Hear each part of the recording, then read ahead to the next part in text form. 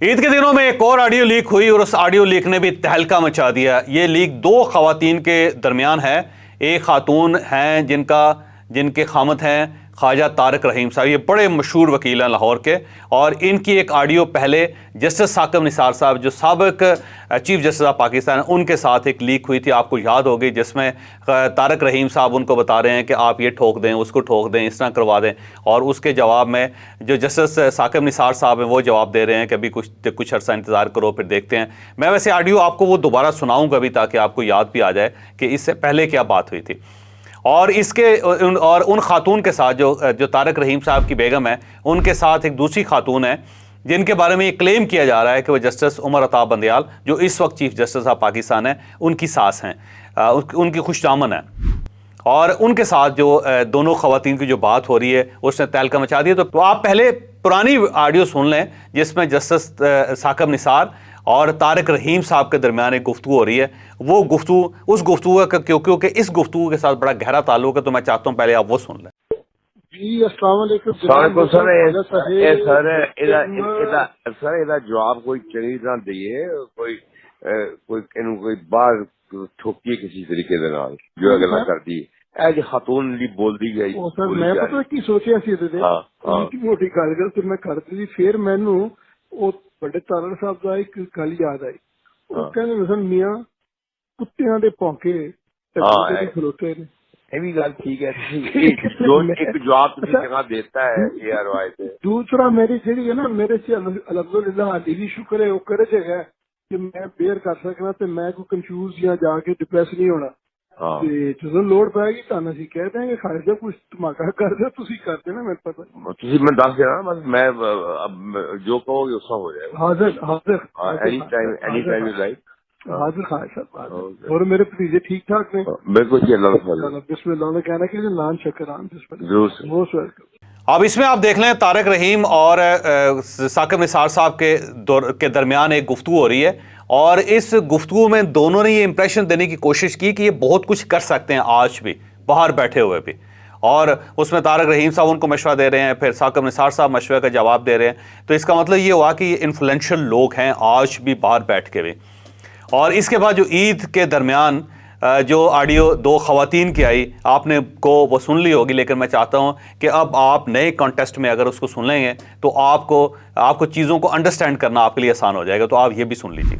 Hello Rafia, क्या होगा यार? मैं तो रात से ना उमर के लिए पढ़ के मैं तुम्हें नहीं पता सुबह से क्या ये और लोगों को भी क्या है। और उमर को एक मैसेज भेजा मैंने कहा तुमने लाहौर के जलसे में मैं मौजूद थी, वहाँ लाखों बंदा था, इसी तरह हर शहर में लाखों बंदा है, और तुम सिर्फ ये अंदाजा लगा लो कि तुम्हारे लिए कितनी दुनिया दुआ कर रही है इस वक्त। इससे तुम्हारी हिम्मत बहुत बड़ी और तुम्हारी सेफ्टी हिम्मत करे और नहीं उसकी सेफ्टी बहुत बड़ी है।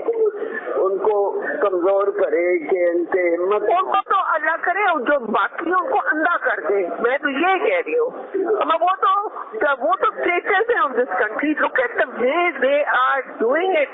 वही ना, but now they saying why he got the authority to do it. No but no जान के एडवांटेज दे रहे हैं by putting other things there. No, there is no other thing. And also questioning कि सुमो मोटो क्यों दिया गया है। भाई वो तो उसका हक है, उसमें उमर को तो नहीं है दिया, ये तो पहले का हुआ है। नहीं मगर ये तो हर चीज जस्टिस का हक है। ये if you have to change the laws and change them when you are villa, na, not at this time. No, but they can't change them now. Not now. They can change it later on, not now. The law is there. वही तो वो इतना अच्छा उससे बच्चे है। तुम बिल्कुल ना आओ, तुम उमर के साथ रहो। He needs you at this moment. No, Naveen भी ना आए, और मैंने ईमान को लिखा है कि बेटा stay with the ball, बेटा।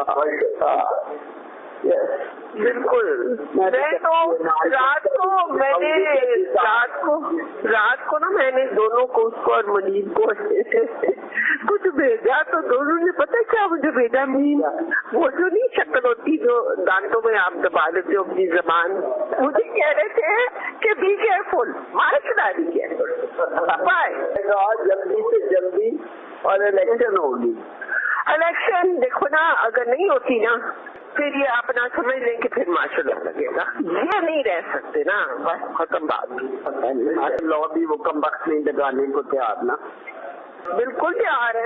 अब ये दो खवातीन की है, और ये दो खवातीन जो हैं वो इमरान खान साहब के लिए खासी तकोदो करती हुई इस गुफ्तगू में नज़र आती हैं, और उनका ख्याल ये है कि सोमोटो हो गया, ठीक हो गया। और दूसरा ये है कि इमरान खान बड़े पॉपुलर हैं। फिर उनकी जो सास है जस्टिस उमर अताब बंदयाल साहब की, वो बता रही हैं कि मैंने उमर को, यानी अपने जो दामाद हैं, उनको बताया कि यहाँ लाखों लोग हैं और ये होना चाहिए, वो होना चाहिए, लोग दुआएं कर रहे हैं आपके लिए। और दूसरी साइड पे जो दूसरी खातून है जिनके बारे में कहा जाता है कि ये तारक रहीम साहब की बेगम है, वो उनके बारे में क्या कह रही है कि दूसरे सारे अंधे हो जाएं और बर्बाद हो जाएं, और अगर ये मामलात नहीं होते, यानी इलेक्शन नहीं होते, तो फिर माशाल्लाह बन जाएगा, ये लोग बहरहाल चले जाएंगे, ये फारग हो जाएंगे। अब अगर आप इन दोनों ऑडियोज़ को देखें तो ऐसे महसूस होता है कि कुछ लोग जो बाहर बैठे हुए हैं, जो जिसमें जस्टिस साकिब निसार साहब हैं जो रिटायर होकर अपने घर में बैठे हुए हैं, और तारक रहीम साहब जो वकील हैं, और वो बाहर बैठ के कुछ तारें हिला रहे हैं, और उनके पास इतनी पावर है कि वो तारें हिला सकते हैं। फिर उनके बाद जो उनके घर की ख़वातीन हैं, जिसमें एक तारक रहीम साहब की बेगम है और दूसरी जो ज़ाहिर सास हैं जो मौजूदा चीफ़ जस्टिस की, और वो जो आपस में गुफ्तगू कर रही हैं, उससे भी जो उनका कॉन्फिडेंस लेवल है उससे ये महसूस होता है कि वो भी खासा बोझ डाल रही हैं किसी न किसी एक पलड़े के अंदर। तो अगर हम इन ऑडियोज़ को देखें तो हमें यूँ महसूस होता है कि बाहर से बहुत कुछ हो रहा है, और जो सुप्रीम कोर्ट ऑफ पाकिस्तान के अंदर हो रहा है ये उसी का नतीजा है जो बाहर बैठे हुए लोग अपना पार्ट प्ले कर रहे हैं। तो ये जो पीडीएम की गवर्नमेंट बार बार ये कहती थी कि कुछ और करैक्टर हैं, कुछ और लेवल लोग हैं, कुछ और सहूलतकार हैं जो इस सारे मामले को आर्किटेक्ट कर रहे हैं, जो इस सारे मामले को बना रहे हैं, जो इस सारे मामले को स्टेज कर रहे हैं। तो इन ऑडियो से यूँ महसूस होता है कि वो बात गलत नहीं है। अब बड़ी दिलचस्प सूरत बन गई है। सूरत ये बन गई है कि जो जस्टिस साकिब निसार साहब हैं वो इमरान खान साहब की तरफ टिल्ट उनका, फिर तारक रहीम साहब और उनकी बेगम की ऑडियो सुन ली, वो उनका टिल्ट इमरान खान साहब की तरफ, फिर जस्टिस उमर अताब बंदयाल साहब जो हैं उनकी जो सास हैं उनका टिल्ट इमरान खान की तरफ। फिर अगर हम लाहौर हाई कोर्ट में चले जाएं जहाँ पे सबसे ज़्यादा रिलीफ इमरान खान साहब को मिलता है, तो वहाँ एक इल्ज़ाम ये लगाया जाता है, मैं दोबारा कहता हूँ इल्ज़ाम ये लगाया जाता है कि जो chief justice of Lahore high court हैं उनके जो दामाद हैं अली अफजल शाही साहब, और वो ज़ाहिर पीटीआई के अंदर हैं, वो इस पर टिकट होल्डर भी हैं फैसलाबाद से पीटीआई के, और उससे पहले वो मिनिस्टर भी रहे हैं। तो वो इन्फ्लुएंस कर रहे हैं लाहौर हाई कोर्ट को, और इस तरह से एक इम्प्रेशन क्रिएट हो रहा है, या इम्प्रेशन क्रिएट किया जा रहा है कि सुप्रीम कोर्ट ऑफ पाकिस्तान को भी बाहर से यहाँ पे असरअंदाज होने की कोशिश की जा रही है। अब अगर देखें इस गेम को तो चीफ़ जस्टिस ऑफ पाकिस्तान और chief justice of Lahore high court, इनको बाहर से पुश किया जा रहा है, या मुतासर किया जा रहा है, या इनको समझाया जा रहा है, या इनको मशवरा दिया जा रहा है, या इनको कायल किया जा रहा है, और ये बड़ी हद तक उस मामले में कायल भी हो चुके हैं और ये रिलीफ देते हैं इमरान खान साहब को। ये एक इम्प्रेशन क्रिएट किया जा रहा है, या इम्प्रेशन क्रिएट हो चुका है। और दूसरी साइड से जो सुप्रीम कोर्ट ऑफ पाकिस्तान के अंदर हैं वो कुछ जजेस हैं जो इस सारे मामले में फैसिलिटेट कर रहे हैं इमरान खान साहब को, और वहाँ पे दूसरे जजेस का एक पूरा ग्रुप है जो इसको रजिस्ट कर रहा है।